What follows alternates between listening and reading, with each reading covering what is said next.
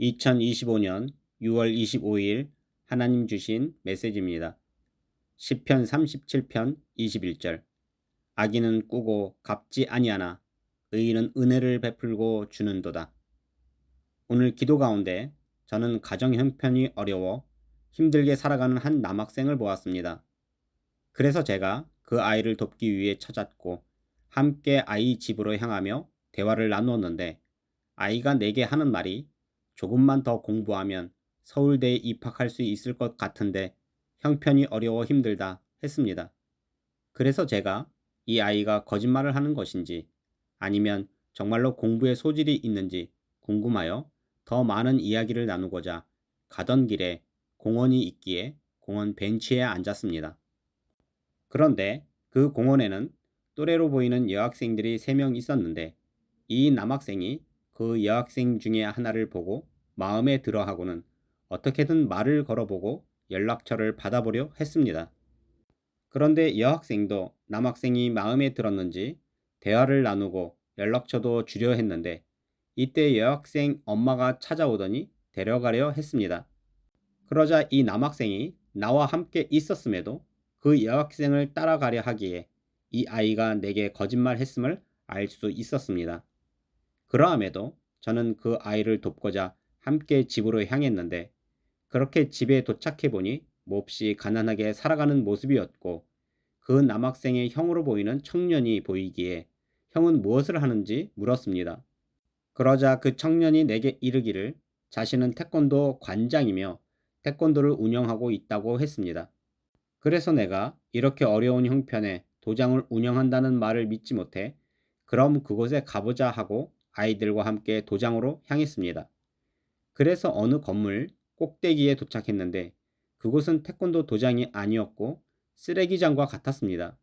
그리고 한쪽에는 소각로처럼 그 쓰레기를 불법으로 태우는 장소도 있었는데, 청년이 계속 거짓말을 하는지 이 쓰레기를 없애고 도장을 차릴 것이라 하고는 쓰레기를 태우려 했는데, 불붙은 종이 하나가 날아가 다른 곳에 불붙어 큰 화재가 발생할 뻔했습니다. 그래서 겨우 불을 끄고 이 아이들이 전부 내게 거짓말을 하기에 도와줘야 할지 말아야 할지 고민하며 지갑을 꺼내어 얼마가 있는지 살펴보았습니다. 그러자 아이들이 지갑에 돈을 보고는 무슨 돈이 그렇게 많냐 묻기에 내가 월급을 탔는데 이 돈에서 얼마를 도와줘야 할지 모르겠다 하였습니다.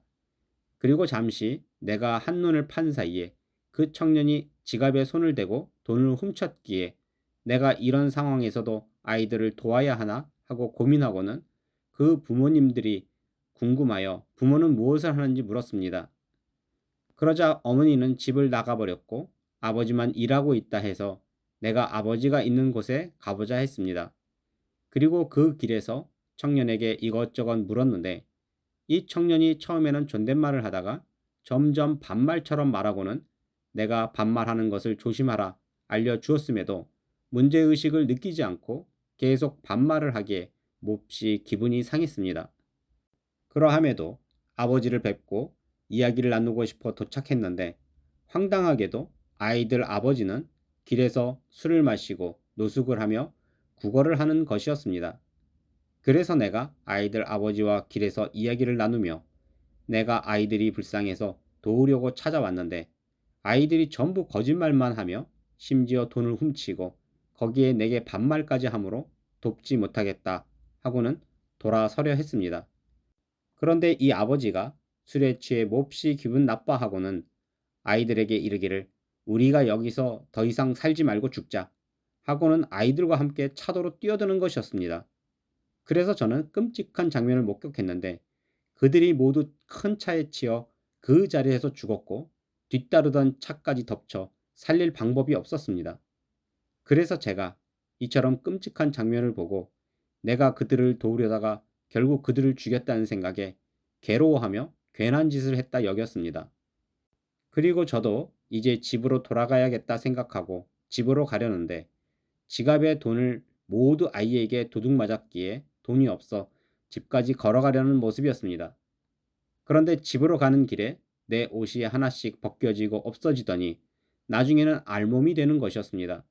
그래서 내가 부끄러움에 숨었는데, 내가 가진 것은 손수건 하나뿐이었기에 그것이라도 가리고 집으로 가려는 모습이었습니다.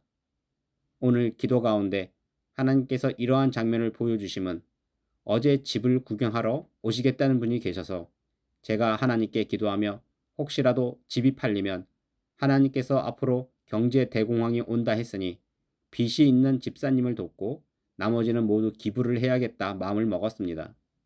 하나님께서 이러한 저의 마음을 보시고 남을 돕는 것도 지혜롭게 도와야 하며 잘못 도우면 오늘 보여주심처럼 이용당하고 그들을 돕는 것이 아니라 궁지에 몰리게 할 수도 있으며 저 또한 모든 것을 잃고 손수건 하나만 가지고 부끄러움의 집으로 향하듯 무조건 돕는 것이 옳은 일이 아님을 알려주심이셨습니다. 마태복음 19장 21절 네 소유를 팔아 가난한 자들에게 주라. 그리하면 하늘에서 보화가 네게 있으리라. 그리고 와서 나를 따르라 하시니. 곧 주님이 오시면 내게 있는 것이 무슨 소용이 있나 생각에 모든 이들에게 나눠주려는 생각을 늘 가지고 있었습니다. 그런데 어제 마침 집을 보러 오겠다는 분이 계셔서 하나님께 기도하며 집이 팔리면 그 돈을 어떻게 쓰면 좋을지 여쭙고 모두에게 나눠주려는 생각을 가졌기에 하나님께서 이러한 장면을 보여주시며 옳지 않음을 알려주심에 혹시라도 집이 팔리면 다시 하나님께 기도하고 지혜롭게 사용하도록 하겠습니다. 이처럼 매일 놀라운 뜻을 주시고 오늘은 제가 남을 돕는 일에도 지혜롭게 도와야 함을 알려주시는 전능하신 하나님께 모든 영광과 감사와 찬양을 올려드립니다.